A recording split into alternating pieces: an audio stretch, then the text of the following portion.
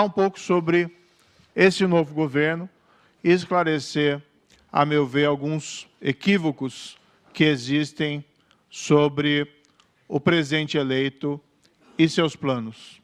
Pois bem, sobre o presidente eleito, e talvez a minha questão mais importante.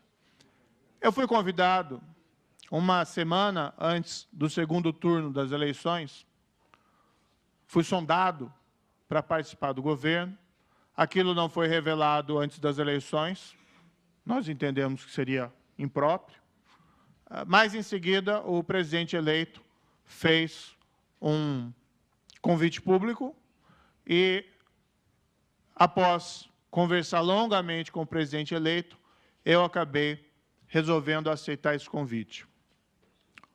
Os motivos da minha aceitação. É até estranho dizer isso, mas não vislumbro no presidente eleito um risco de autoritarismo ou um risco à democracia. Não se está aqui simplesmente se trocando uma posição ideológica autoritária por uma posição ideológica autoritária de sentido contrário. O próprio presidente eleito, durante as eleições, ele reiteradamente fez afirmações acerca do seu compromisso com a democracia e com o Estado de Direito.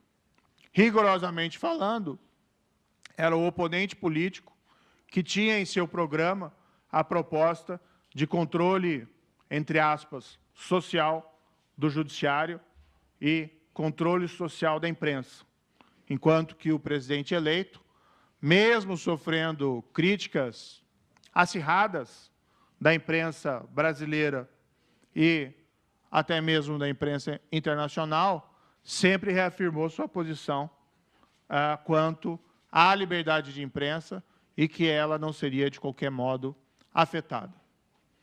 Também é também estranho, um pouco, dizer isso, mas já que existe uma imagem, às vezes distorcida, em relação ao presidente eleito, eu jamais aceitaria uma posição no governo se vislumbrasse qualquer risco de discriminação de minorias.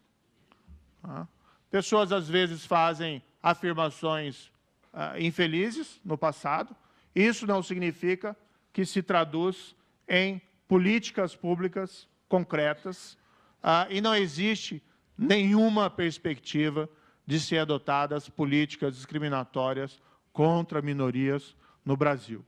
Todos têm direito à igual proteção da lei e esse também é um compromisso do novo governo. Não existe nenhuma espécie de risco em relação a essa espécie.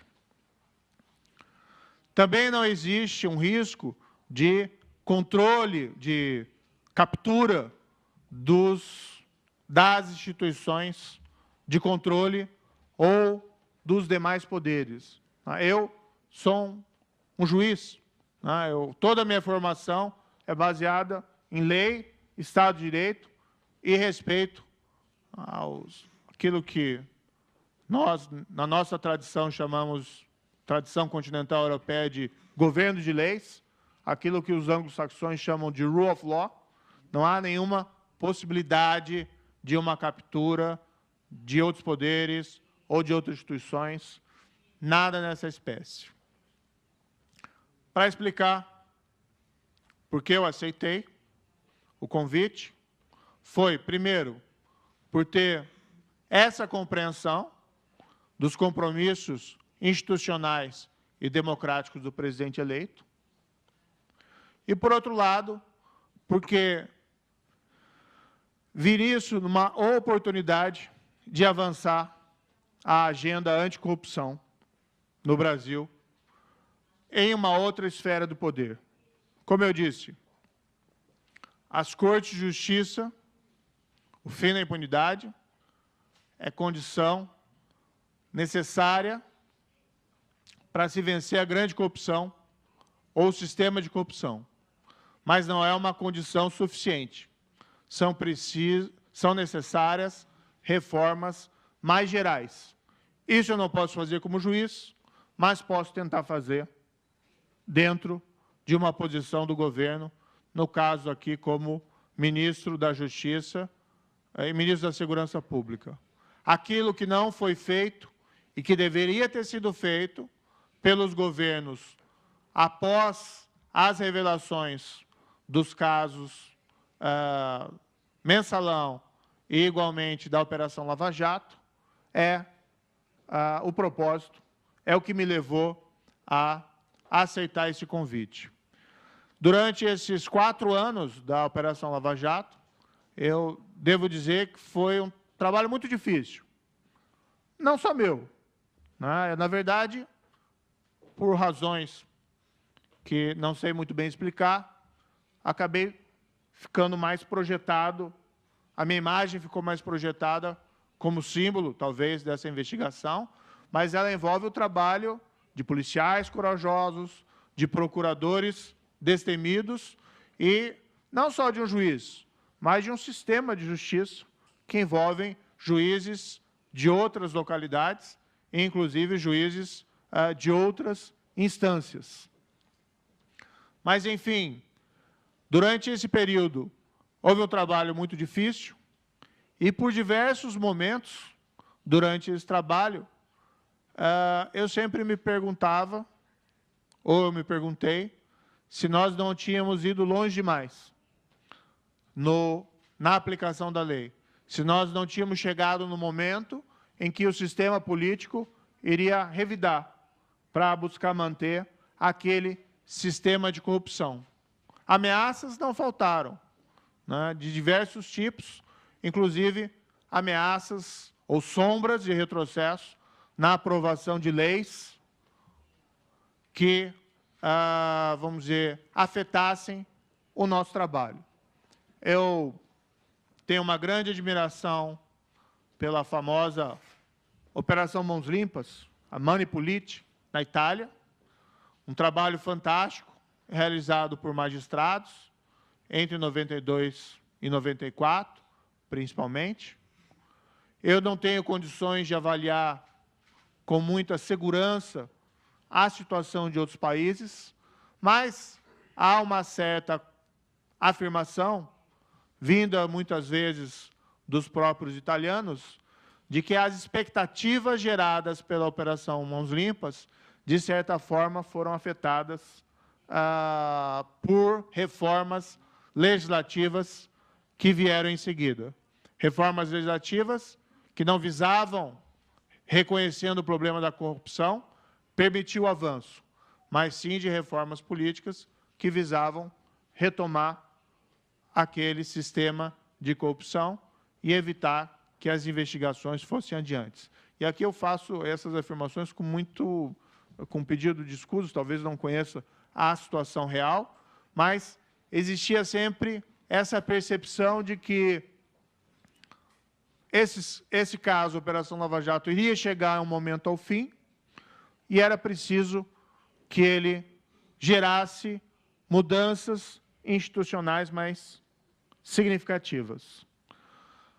Me foi dada a oportunidade, então, de assumir essa posição e de avançar nessa agenda, sempre com respeito ao devido processo, ao Estado de Direito, à independência das Cortes de Justiça. Isso é algo essencial, assim como a liberdade de imprensa. E, enfim, me senti tentado pela oportunidade de fazer algo mais significativo,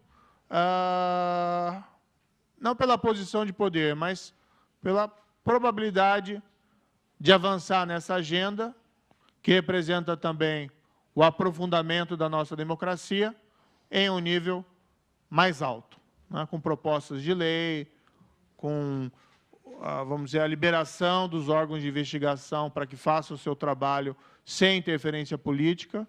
Isso não significa predileções ideológicas na investigação da corrupção.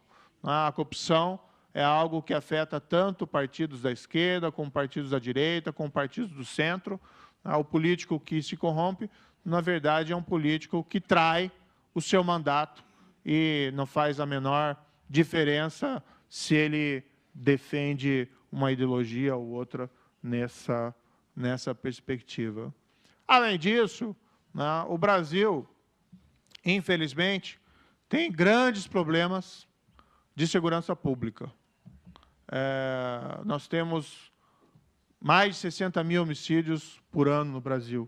60 mil? Mais de 60 mil. Por outro lado, os índices de resolução desses casos criminais, de homicídios, são inferiores a 10%. Uma situação calamitosa. Nós temos organizações criminosas, talvez não tão poderosas como de alguns outros países, mas que representam um crescente desafio à própria segurança e o bem-estar da população, especialmente das comunidades mais carentes. Então, de fato, dentro vamos dizer, das propostas do novo governo, e nisso eu me insiro como ministro da Justiça, há realmente uma intenção de endurecimento, né? Mas não contra as liberdades democráticas, sim contra a grande corrupção, contra o crime organizado e contra o crime violento. Mas essa é uma bandeira que, a meu ver, é absolutamente consistente com qualquer proposta democrática, já que esses males afetam a própria qualidade da democracia. Em síntese, são mais ou menos essas as considerações, né, que eu gostaria de dizer. Enfim, é o projeto de um governo, sei se qualifico de direita ou conservador, mas é um governo absolutamente compromissado com as instituições e com a democracia. Não há nenhum risco nisso.